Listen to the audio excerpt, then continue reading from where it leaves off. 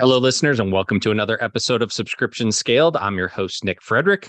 With me today is Kamille McCollum, who is the president and co-founder at BODYBAR Pilates. Kamille, welcome to the show.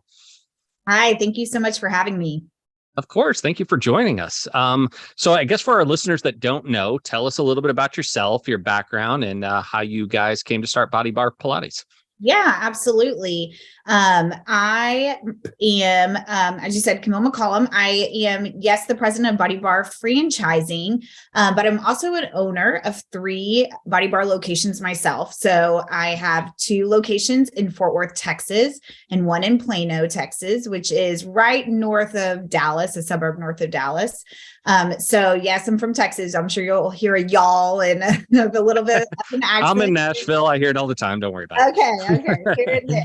So my husband and I opened BODYBAR Fort Worth back in 2015. I I take that back, 2016. I had a 1-year-old at the time and a 2-year-old at the time. So I always have to kind of go by their dates of birth. 2014, Gotcha. 15, and then 16. That was my 4th child, basically. And so we started that back then and had 1 location in BODYBAR at that time. We were a franchise location. So the first BODYBAR was started in Dallas and they had decided to franchise. So we opened a location in Fort Worth and we were a franchise location there. We, over a couple of years of figuring out a really good sales process, marketing, we really kind of grew that studio, and the franchisor at the time asked us, my husband and I, if we could take over BODYBAR franchising. So we had a great opportunity to do that. We took about a year of business planning for us because we really wanted to franchise the system because we believed in the product and believed in, the membership model of fitness studios is so important. And it's great to be able to always know what revenue you have coming in every single month. And so we knew that we could really scale this quickly and, across the United States. So we took on, I became the president of BODYBAR franchising in 2019, about in June of 2019. We started selling franchises all the way up until 2020. And then, as a lot of things, everybody kind of, I think, their whole life revolves around pre-2020 and after 2020. Right. It sure does. So we still were able to sell franchises during that time. And we actually opened our 2nd location in Fort Worth during that time also. We opened in August of 2020. Which was a very interesting time to open a fitness studio, just with all of the different COVID restrictions and everything. But we are risk takers and we just jumped in and did that. But during that time as a franchisor, we were able to sell locations in Utah, in Missouri, in Florida, and in Georgia, all during that time. So the brand was still growing and, people could still just look at the business model and see that it made sense, take a class, became just in love with the product. And so we have continued to franchise over these last few years. We have 14 locations open now, and we will open by the end of next year. I believe we should have close 25 to 30 locations open by then. All over the United States. We've got Chicago, we've got Florida is blowing up. Georgia, the Atlanta area is crazy busy. We've got the Carolinas. So, we're just all over California. So we're really excited about the growth of BODYBAR Pilates. Well, all right. Lots of follow-up questions there, but let me start with, you opened your first one. You said it was 2016 when you had 2 small kids at home? 2 small kids. And then I also had a 13-year-old. So. Okay. Yep. So my question there is, what the hell were you thinking? I know. I just can't sit still. So I just decided that I needed one more thing to do. No, we really, at the time, whenever we started looking at opening, just opening a business in general, I love health and wellness. I've run a marathon. I've always was a big runner, but you can't really make a lot of money off of running. I didn't really want to open a restaurant. So, and I love, healthy food, but we saw the market for reformer Pilates. There's not enough Pilates studios for the demand of reformer Pilates. So for us, it was just a smart business decision for us to take on, something that was at the time was kind of just starting to grow across the United States. Club Pilates is the largest national reformer Pilates brand. And so we could just see like, this is something that I could love and I could enjoy doing for a job. But it was also an investment into something that we felt like was worthwhile and that was going to definitely be able to continue to grow as people just continue to be exposed to it. So tell me a little bit about, reformer Pilates, because I'm not familiar with that kind of subset of it. I mean, I've taken Pilates classes before, of course, but not that. And why was that trend worth, investing your time and money in? Yeah. So reformer Pilates uses a machine called a reformer, and there's lots of benefits of Pilates in general, but also benefits of using a reformer. It has some springs that are weighted, so you can have support while you're doing exercises, or those springs can be used as tension to make it more challenging depending on the exercise. And so at BODYBAR Pilates, what we do is we take reformer Pilates, some kind of just classical movements, but then we intensify them to make high intensity classes. So we have 7 different class formats. We've got, 2 that are kind of a lower intensity class, so that we can, the people that don't want to get their heart rate up, or they don't need to really, we call it embrace the shake, or really kind of burn out those muscles. They have 2 class formats that is a great open door for them and really focus on form. But then with our other high intensity classes, you're able to get your heart rate up. You're able to have time under tension in these different moves, so that you work on those long lean muscles. You're toning, you're strengthening the core and all aspects of your body, but also kind of keeping it from bulking up, which is a lot of females are that way, but also a lot of men as they get older. There's no need to like squat 500 pounds, let's just stay strong. So it incorporates just naturally stretching and flexibility, which is also very helpful for men and women as we grow. My grandfather was so hunched over by the end of his life, and the doctor said his hamstrings are so tight, his back can't straighten up.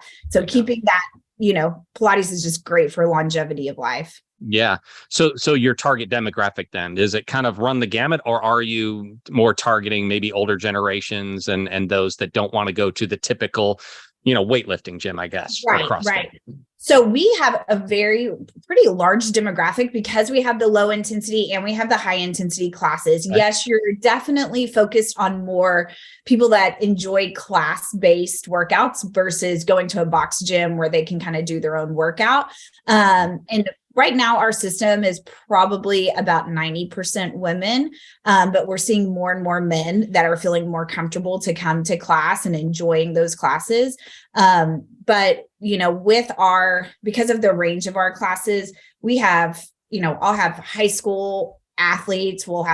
There's been NFL athletes, Major League Baseball players that enjoy taking our classes, young professionals. And then you've got 75-year-old women and men that come in, and they may be doing the lower intensity classes, but not always. Sometimes they're in those higher intensity classes because they've been doing it for so many years. So we have a really wide range. Yeah. So then talk a little bit about how you're reaching those target customers, obviously, and you might expect, majority women.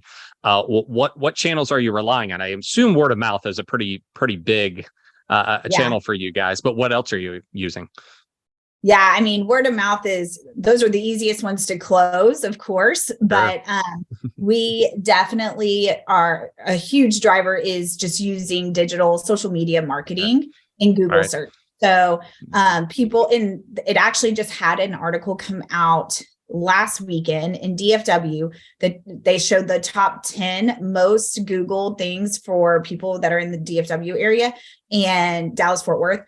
And Pilates was number 4. So people are searching for Pilates. Yeah. So and that, that's just one example, but I'm sure across the United States and other metro areas, that is the case. And that's what we're seeing when we open new locations, people are flooding to those. So yes, word of mouth, digital marketing. And then we at BODYBAR believe a lot about community, building community within our studios, but being part of the community outside of your location.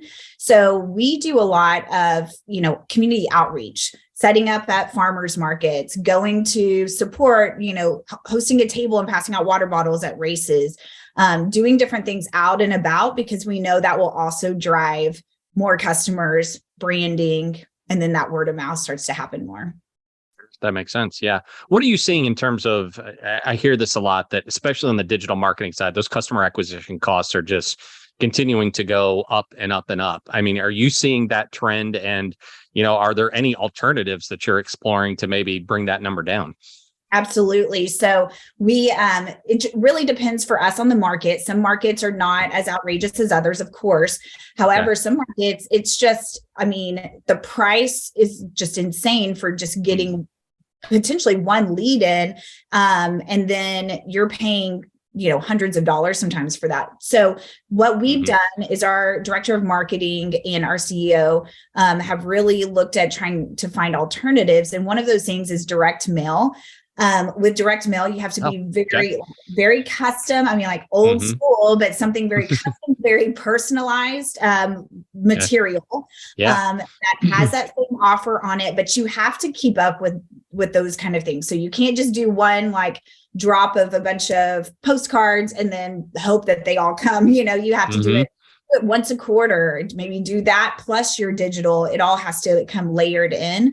But that's kind of where we've started to see that we're actually getting more results from there. And then, like I said, that community outreach, finding partners that are with our same clientele. So your local, healthy food store, your Athleta, your athleisure stores, partnering with them to reach the common customer that you both have.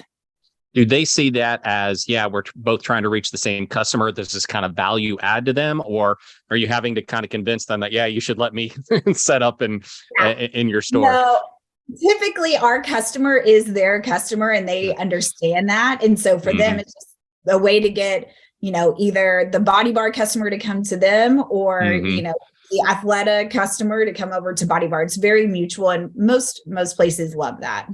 Yeah. Awesome. Well, then on the referral side of things, when the word of mouth, when you get some happy customers who are, seeing the benefits of it, they're telling their friends and family, how are you incentivizing them to bring in new members? Yeah. So, your people who just are diehards BODYBAR clients typically don't need any kind of incentive, but maybe someone who first started coming. What we usually offer is maybe we sell retail at our studio. So we might give a retail credit for a referral. We do in our marketing calendar, we have specific, times of year that we push even harder for those referrals. So, instead of maybe $25 to use in what we call the boutique area of our studio, you might also, this time you're getting double that. So you get $50 to use, or you get $25 to use to shop, and the person that you sign up maybe gets their enrollment fee waived. So there's incentive on both ends. Sure. And we find, it's really interesting because a lot of our clients, a lot of times they'll say, oh, you can give my credit to someone else. I'm just glad my friend came, and it's great when you can build that kind of community where people Of course. Yeah. That's amazing. I mean, that tells you a lot right there about what they think about the product and the service that they're getting, that they're like, I don't even need this. I love this so much. Exactly. You cannot buy that. Literally. No. And during the shutdown in Texas, the only locations that were open for BODYBAR during 2020, when we were actually shut completely down, we did what a lot of fitness studios did, and we offered, online classes. It's not the same because our workout is really based around our equipment. But we did offer, okay, for however many months that we're shut down, if you continue to pay your monthly dues, then when we reopen, we'll comp however many months you want, whenever you want throughout the year. So say if you paid 3 months, which was a lot of, depending on what time their membership was due, Fort Worth was closed for about 2.5 months. So if you paid 3 invoices for times that you weren't able to come, then you have 3 months throughout the whole next year to find like, hey, I'm going to be on vacation for half of this month. So can I zero out comp that month? And we kept over 75% of our members continuing to pay their monthly dues while we were shut down. And then also, once we reopened, I can think of 2 members that ever actually used that credit. So many of them were just so happy. And, it's a membership-based business. It's a lot of people that they were not hit, financially very hard by the shutdown because they could work from home. So for them, they were just so excited for their BODYBAR to open back up. But that was a huge thing that really helped us during that time before we started getting some of the extra assistance for small businesses through the government. I've heard similar stories from some other fitness brands that I talked to who were like, our customers, our members kept paying us because they wanted to know that we were going to still be there, still be around when this thing opened up. Because I think I heard the statistic. It was like, was it more than a third of all the fitness clubs around the country closed down permanently during the pandemic and never opened back up? I mean, that's tremendous. I know. It's been, it was just such a blessing to have those kind of members that would keep doing that. So sure. Yeah, absolutely. Well, let's talk about the recurring revenue membership model for a second. The fitness industry is kind of one of those original subscription verticals, like magazines and AAA and things like that have just kind of been around for decades. But, where a lot of subscription models get a bad rap is when people don't use it. Right. And, then it becomes hard, or some brands make it hard to cancel.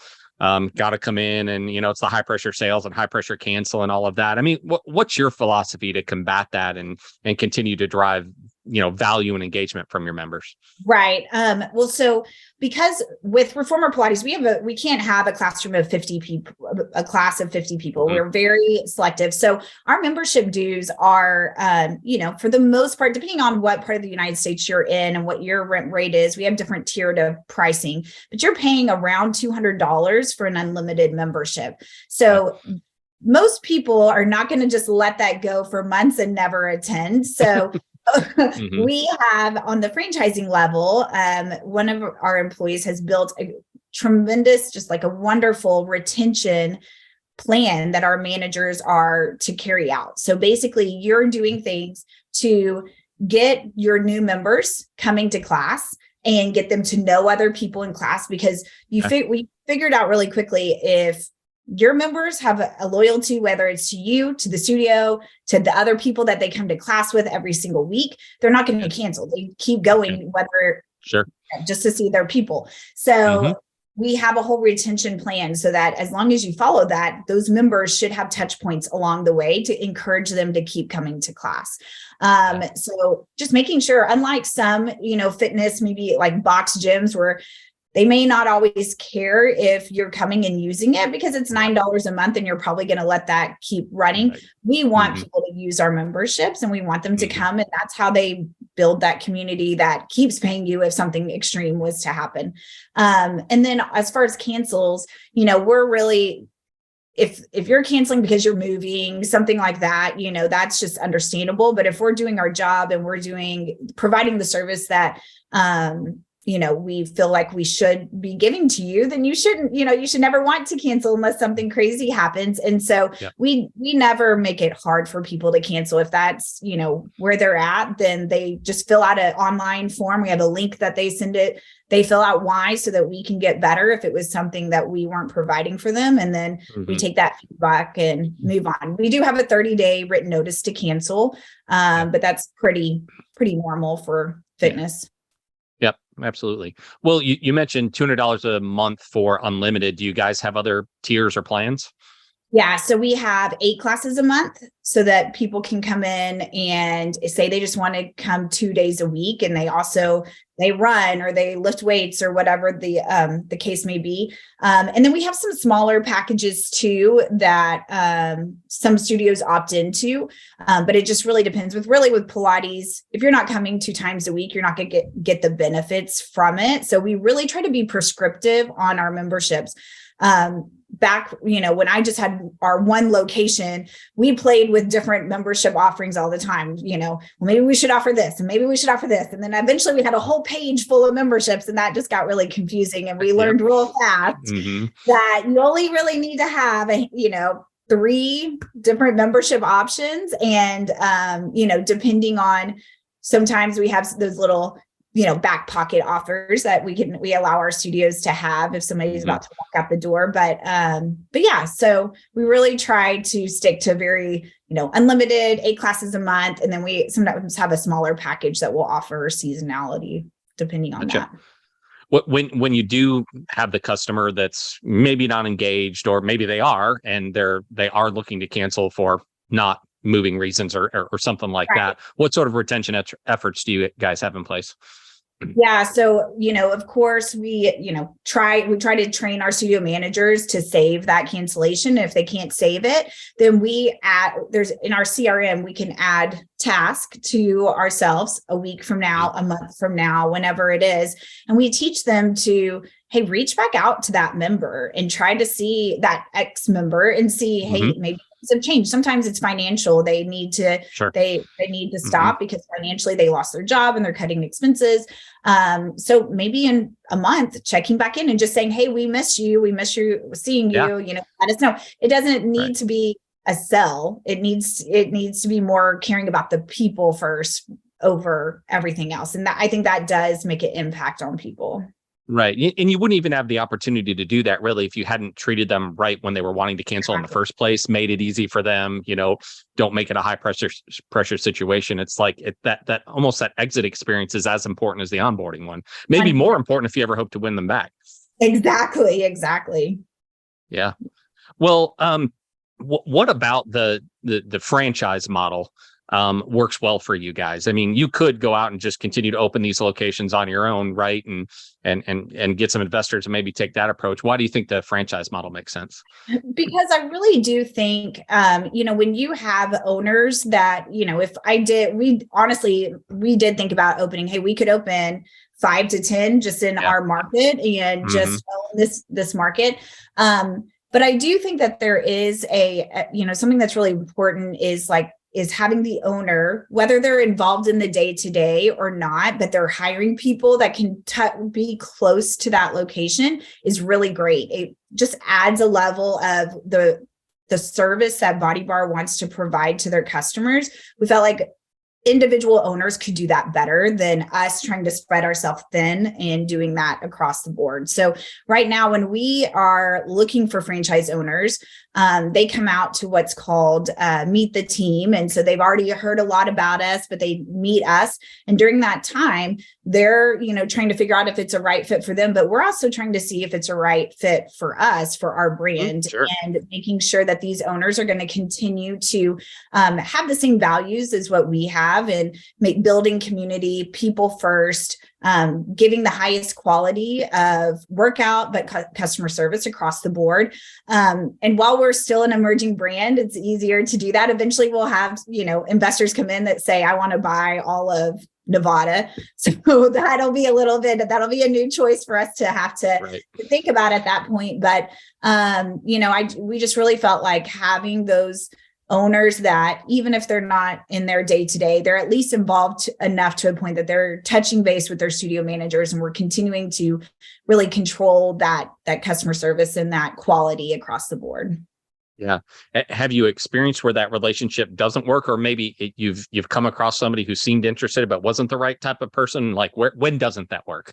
Yeah. I mean, we've had it where it just they were more concerned about. Sometimes they were more concerned about, well, do I have to do it your way? Do I have to do it like this? What if I want to do things this way? And we're like, well, this is a brand and that you're part of, so you have to stick with it.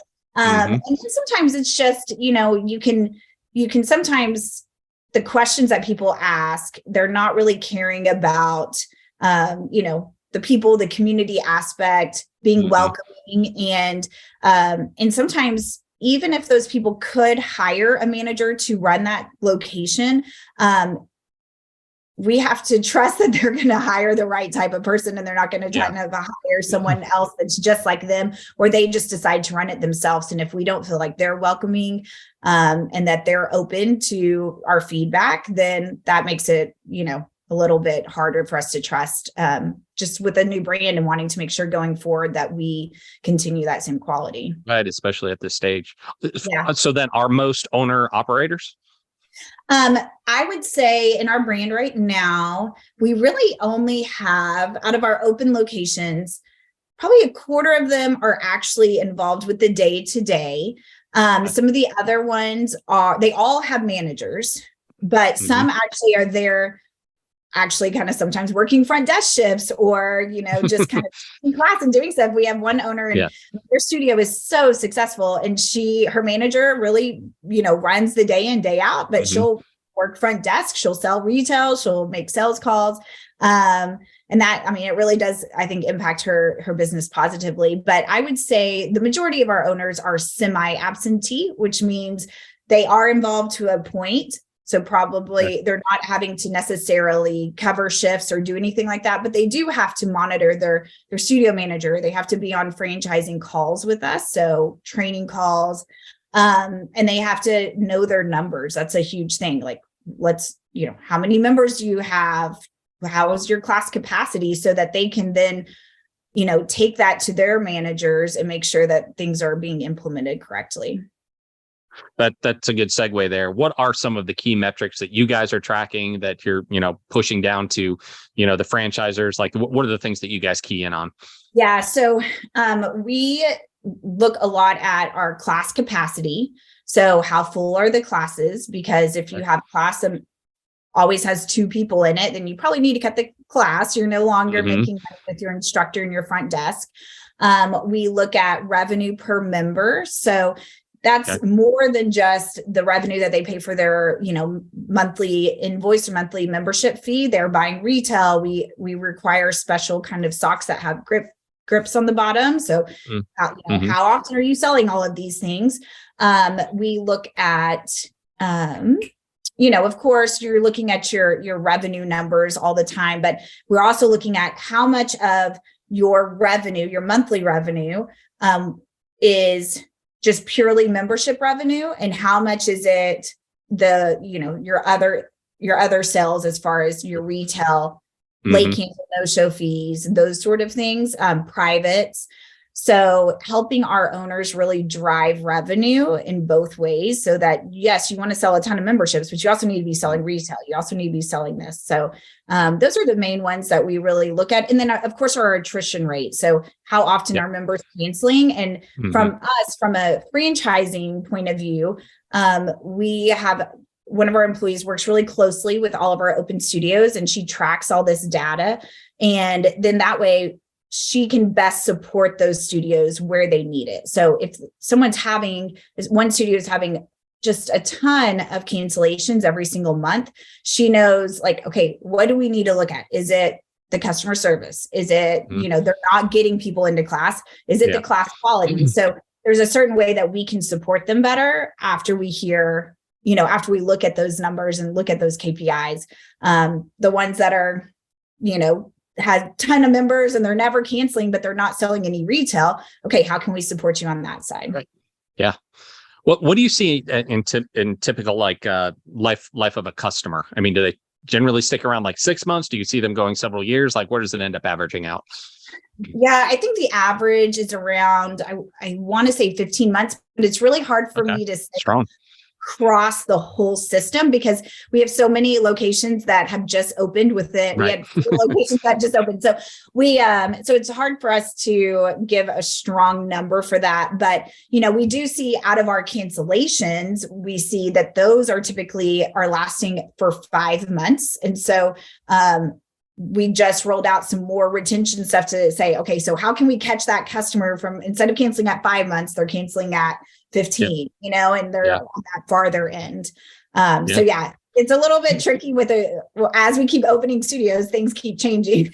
Yeah. Well, but with that lifetime value, if you're just talking about the 15 months, $200 a month, $3,000 lifetime value of a customer, it is worth some, pretty aggressive marketing efforts to try to capture those customers on the front end, right?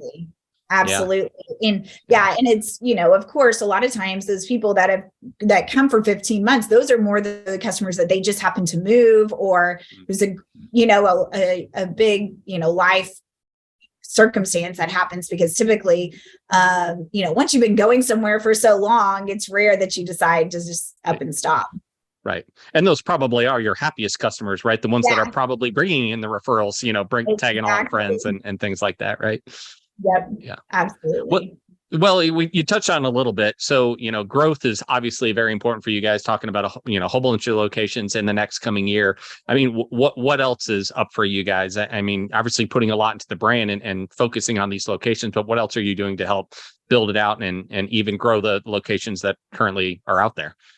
Yeah, I mean, we are always, trying to be strategic in not only our, different promotions and our marketing calendar that we provide for our franchise locations, but also with the economy's kind of a little bit right now, it's a little up and down. Prices are all over the place. So how can we, make sure that those people that don't want to commit to a 3-month commitment for a contract, offering something else. So for the longest time, we just basically had our 3-month commitment for our membership, and then they could cancel within 30 days, bringing back a month to month for those people that are a little bit nervous about what's going to happen and, a month from now. And then just trying to always think of different things that we can do to bring new customers in, but then to retain them. And then as a brand, how can we use the brand recognition and brand marketing to help not only open new locations, but also help with current locations. So one of the things for us, since we are class-based, we have instructors and they have to go through specific training. You can't just, grab a random person off the street and just let them teach a class. So, so when we're looking at using some of our marketing dollars, directly in cities where we're either about to open a location or we already have locations open, of just instructor recruitment. How can we get people talking? So instead of just running ads for, hey, come be a BODYBAR member, how do you want to be part of this BODYBAR family, being an instructor and all the benefits of that? So trying to just use our marketing dollars in the best way to kind of help on both sides, to your point, the growth of the brand, but then also to help with our open locations. I mean, got to support not only, the new stores coming online, but the existing ones as well, right? Exactly. So, well, Kamille, this has been a lot of fun, and it was great hearing about how you built this brand and your plans for the future. If any of the listeners have maybe some questions about what we talked about today or want to learn more about BODYBAR, where can they go? Yeah. So of course, our website is bodybarpilates.com. So they can always look there. People are honestly welcome to reach out to me directly. My email is Kamille, Kamille at bodybarpilates.com. Or, in the world of fitness, Instagram's a big thing. So if they want to find me, Kamille McCollum on Instagram. But yeah, it's been a fun ride. And, I think the more, that we get to grow this brand, it's just been so exciting, and it's great to just, touch different lives from the owners all the way down to instructors that I meet when I go out to openings. And, it's fun to meet great people. Absolutely. It's clear you have a passion for the business and growing it and making it successful. I think that definitely comes through. But thanks again for coming on the show today and sharing all of your experiences and insights, and best of luck to you guys in the future. Awesome. Thank you so much. All right. Thanks so much.